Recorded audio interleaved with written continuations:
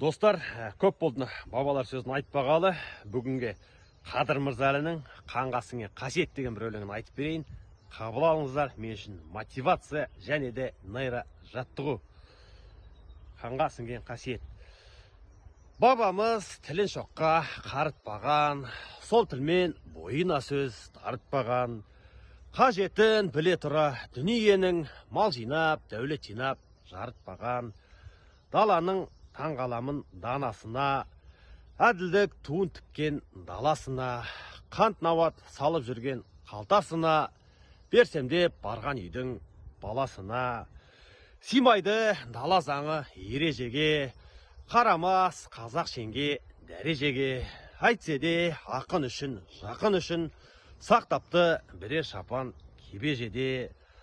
Мақтанба күн едім деп, жұлдыз емдеп, жүзіме билігімді жүргізем деп. Бабамдай мықты болсаң жүйрік ұста, қадірлі азаматқа мінгізем деп. Әнменен сәлем жолдап сырласына, үй тігіп отырған ол қырбасына. Сақтапты бірер әзіл, әдем әзіл, кеп қалса айтатұғын құрдасына. Пақырмен бөліп жеген батыр етін, кетеді ажал бір күн тақыр етіп. Ауырмай, сырқамай-ақ бабам менің, ап қойған алдын ала ақыр етін дейді.